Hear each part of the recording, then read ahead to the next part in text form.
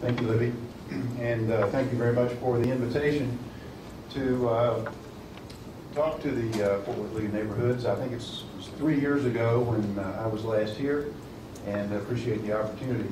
What I want to do is introduce two people to give you some detail, but let me give you a quick background so they can squeeze it in 20 minutes.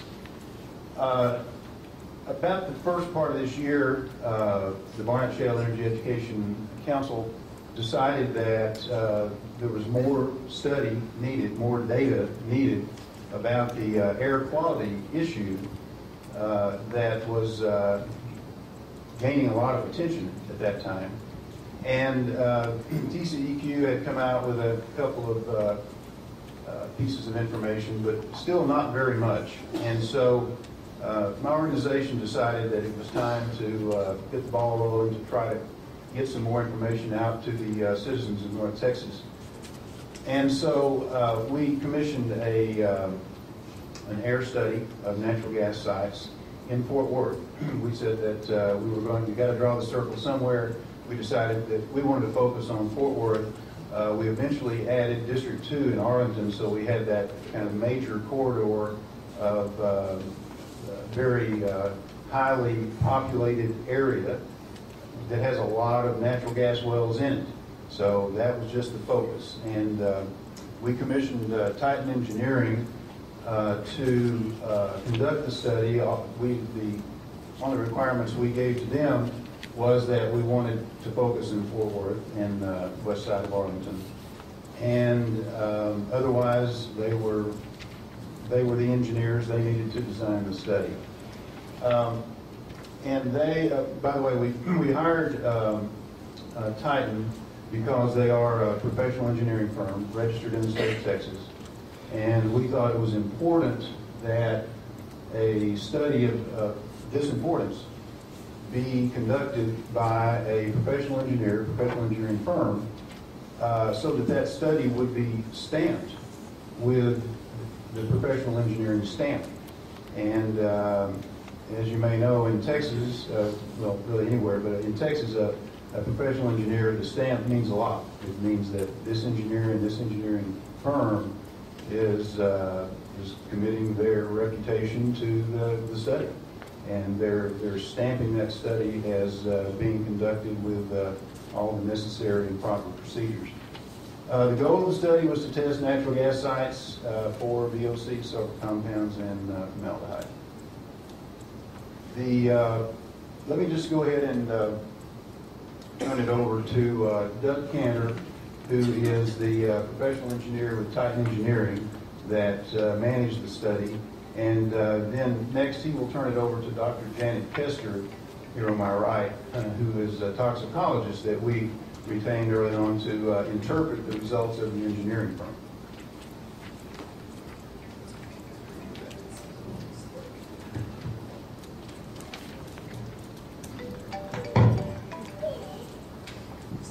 Hello. Okay. Good evening. I'd like to start, with the important point of how this study was designed. There's a couple ways you can do a study like this. You can try to select a statistically significant number of sites by random, and try to show that they're representative. And a number of studies have been done that way. I think all the ones that have been done in the Barnett have followed this method. There's nothing wrong with it. We took a different approach because the importance of the potential benzene exposures that had been talked about, with the idea being that even if you did as many as, say, half the sites, the public could still have concern, well, maybe you didn't catch the ones that had the highest benzene emissions, which I think is a legitimate point. And so we went at it a different way. We were going to intentionally bias our study by identifying and sampling at the sites which were projected to have the highest benzene emission rates. That is a kind of a shortcut method that is common in the engineering and science fields. It's a very useful tool when it's impractical to test everything. And with the idea being, if you look at the worst case sites, if there is a problem, you're going to find it and be able to do something about it. And conversely, if you don't find much, it will give you a much better comfort factor with respect to all the sites in the study area.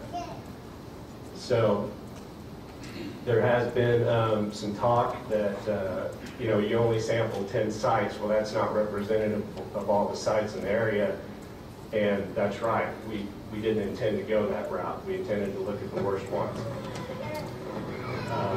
In addition to looking at the worst case sites, we also set our sample locations at what were projected by computer dispersion modeling to have the highest impacts downwind of the tank batteries. And these were, I think in most every case, well within the property interior. So these were not fence line locations.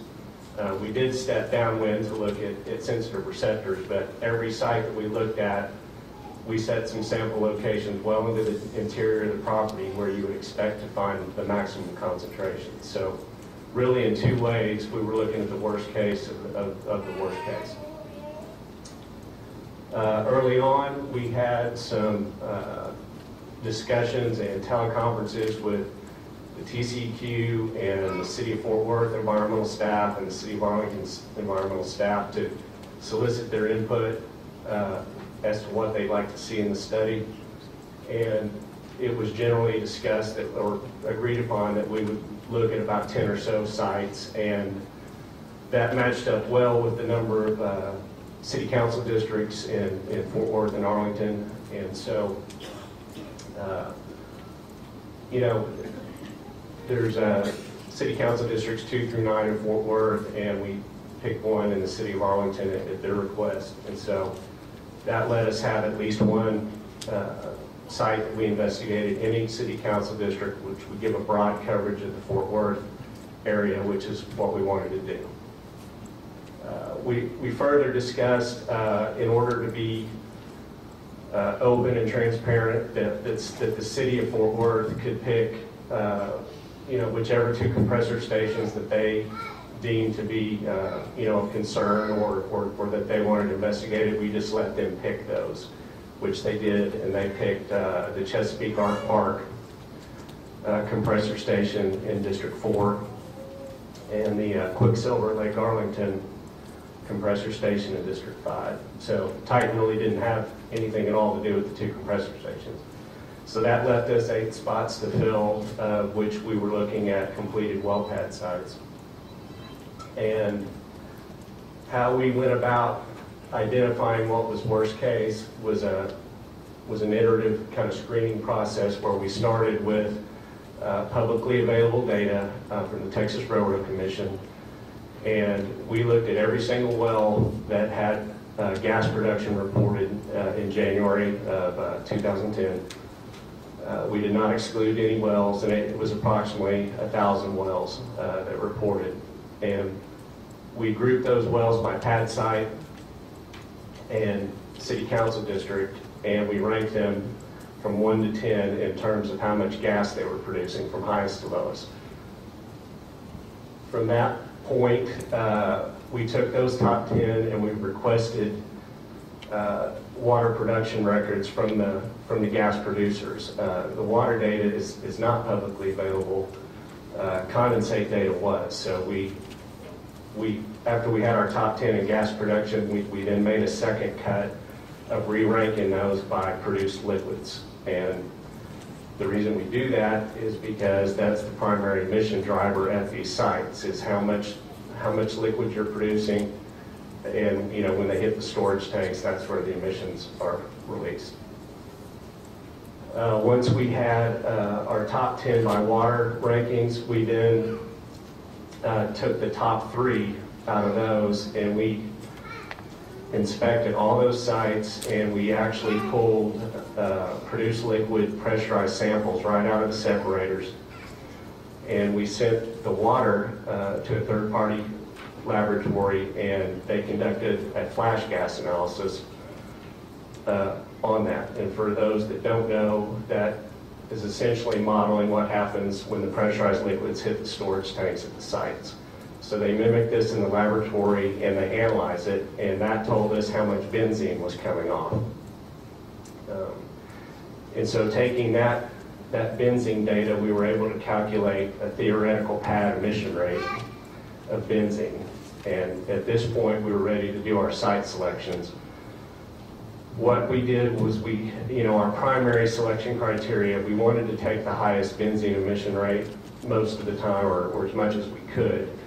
In 2 instances, we took the second highest emission rate, and that was because in those cases, those pads had a higher density of homes and schools around the site. So, for example, the first one may have had 15 pounds a month, and maybe the second one had 10 pounds a month, but the first one was out in the middle of nowhere, and the second one had schools and homes around it. So in 2 of those cases, we did that. Let's see.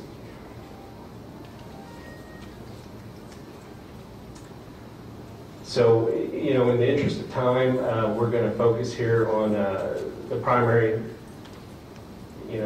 contaminant of concern is benzene, so we're going to focus on the BSeec results quickly here.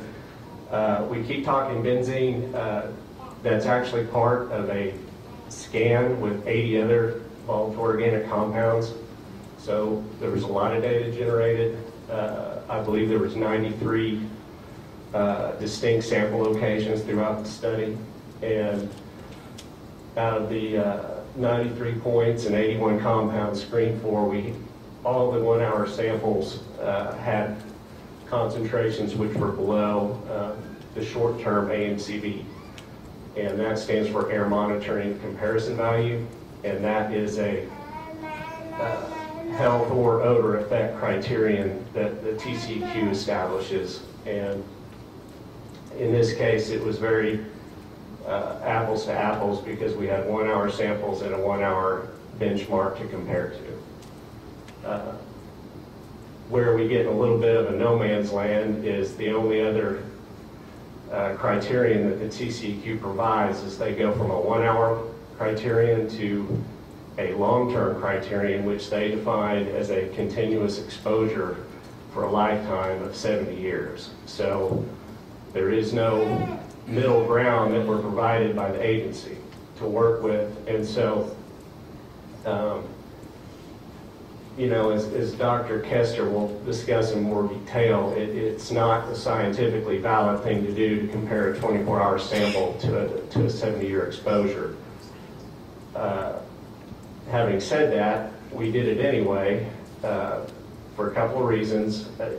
This type of study and comparison has been done in the past.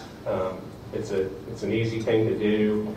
And even if we didn't do it, others would do the comparison for us. So we went ahead and used it as a screening tool.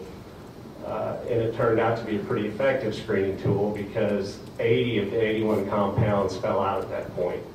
And these long-term AMCVs are extremely conservative. And by conservative, I mean overprotective of health. And so 80 of the 81 fell out, even comparing against the long-term AMCV. We did find one sample at the Encana Mercer Ranch site, and that was in District 3, down near Benbrook Lake. And one of the samples downwind was at 1.96 versus a 1.4 ppb. And so in that case, having exceeded our screening threshold, we went out and found a more appropriate health effect criterion, which is published by the ATSDR, which is the Agency for Toxic Substances and Disease Registry. And that is a part of the U.S. Department of Health Center for Disease Control. And that is specifically designed for a 1 to 14-day exposure, which much more obviously matches up with a 24-hour sample, and that criterion was 9 parts per billion.